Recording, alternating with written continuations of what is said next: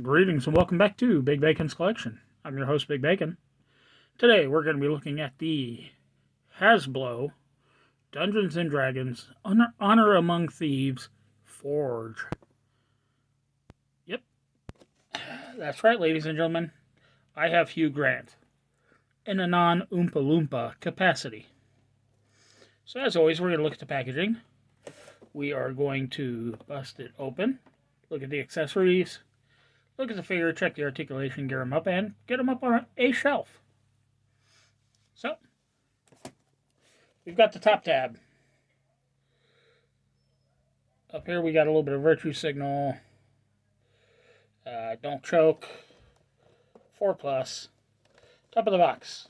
Honor Among Thieves. I love this little segmented side that's kind of like one of the multi-sided dice in a D&D game. This side we've got a render of the character, not the figure, the character. Yes, Hugh Grant. The name, a little ornate paint or imaging along all the edges. Golden Archive, the full body render, the digital render of the figure itself, along with the accessories. So it looks like a chalice, a knife, and a crossbow. Forge. Once again, Honor Among Thieves. The Virtue Signal from Hasbro. Here we have the little bit of a blurb on the character. The larger Virtue Signal. Stupid script. An assload more stupid script. Look, you see all this written right here? All that says is parents in a bunch of languages. Parents, one word, repeated over and over, wasting this much space.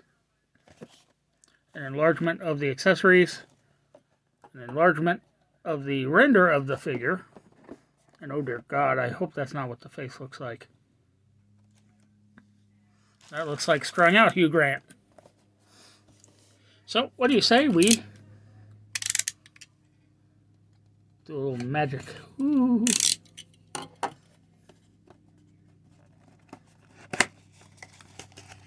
Do you see it? I see it.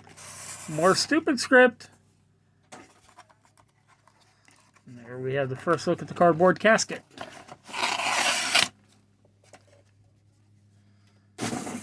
Okay, in this case, the crossbow does not come in wrapping. It just comes in the box. We'll pull up on that tab, slide it off, and there that is. We'll review that with the rest of the accessories.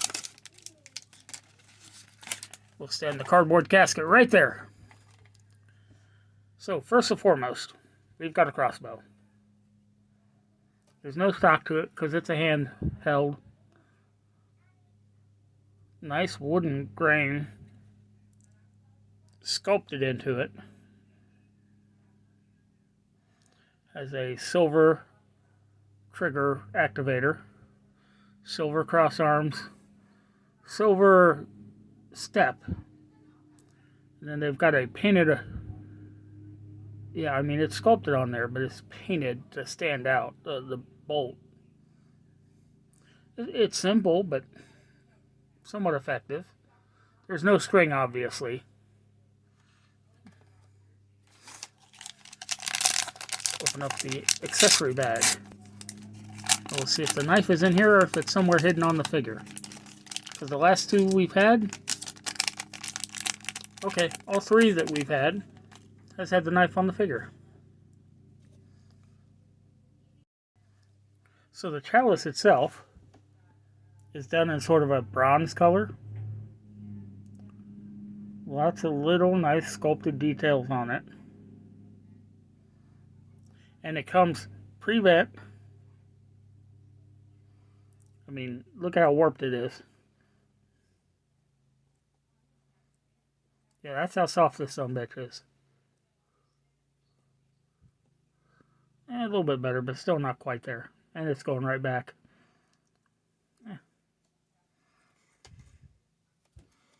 Onto the figure.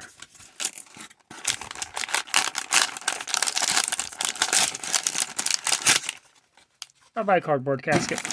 Now, this is a very heavy-duty paper compared to what we normally get, the tissue paper.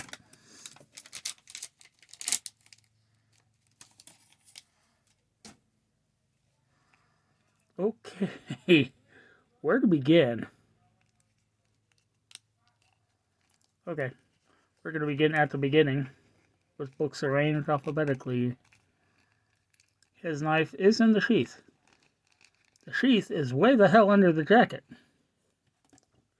So here's the knife. Nice curved style blade.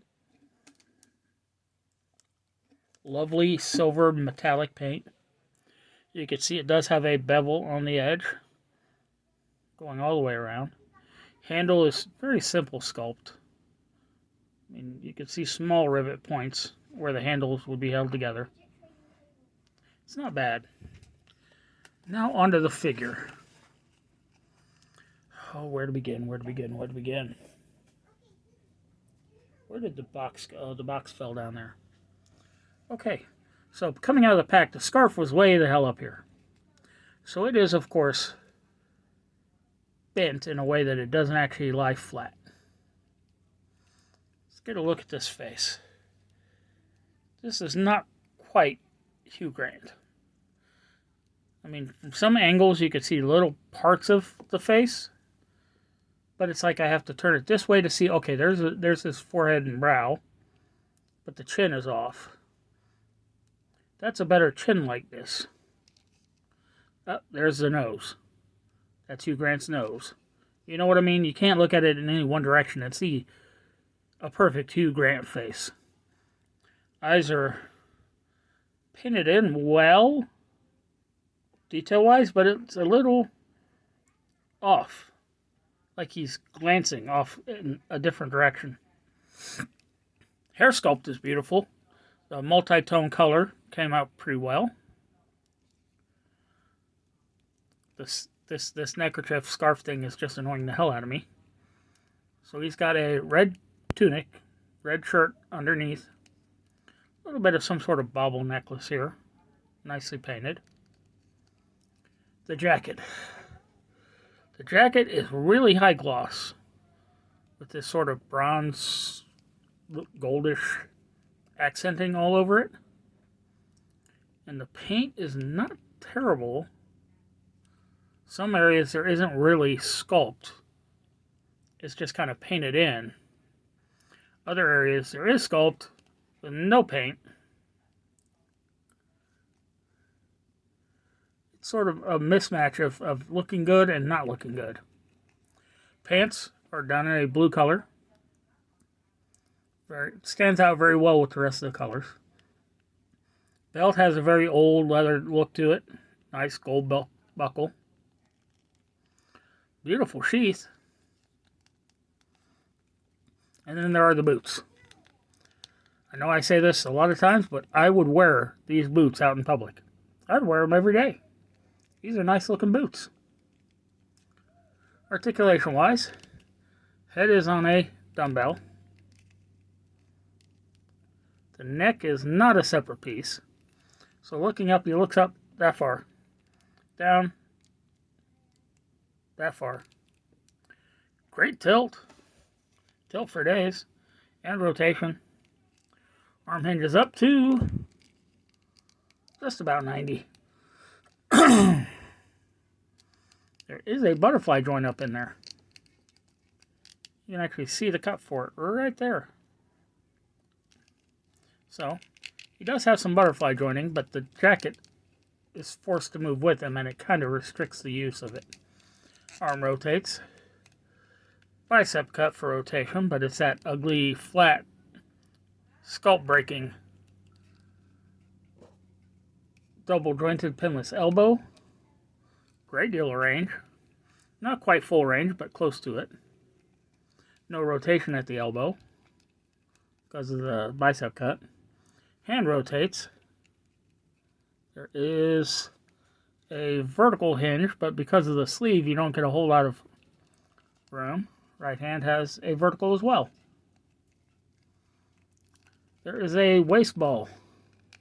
Plasma bend forward, next to nothing. Back, next to nothing. No tilt, but it rotates. Rotates right there where the red meets the blue. Kicking out. If you can get the jacket out of the way, legs kick out that far. So not very far at all. Nice detinting to it though. Kicks forward. 90. Thigh cuff for rotation. You have a double jointed pinless knee. And I'm not going to be able to give you the full range on it because the jacket is just being a little bit of a bitch. There you go. It's more than 90.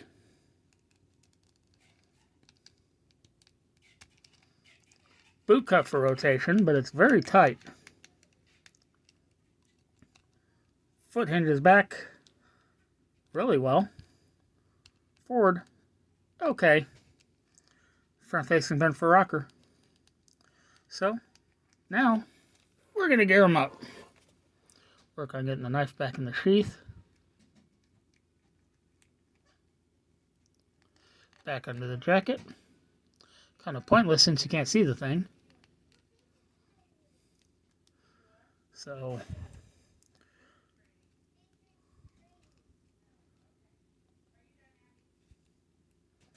let's get the hand right around there. Really doesn't hold it very well. In fact, he might not have his weapon with him. I might just, I don't know, because it keeps just slipping down. And there's nothing to really keep it in place. Yeah, no. What we will is whatever this magic chalice is. Spoiler alert, no, I have not seen the movie yet. But I've played a lot right up through 3rd edition. When I got out the army, I just could never find a group that would meet on days that I was available. Still can't to this day. And I know people say, well, there are online games you can join with people. Yeah, but that's all digital. It's not the same. You don't get the same camaraderie on a computer as you do sitting right next to everybody.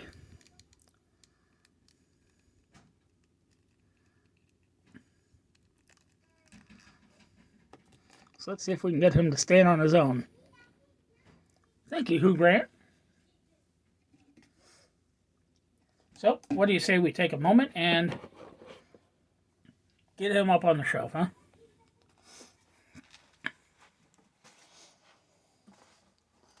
Looks like we're going to be putting him over here near Helga. Holga. Whatever her name was.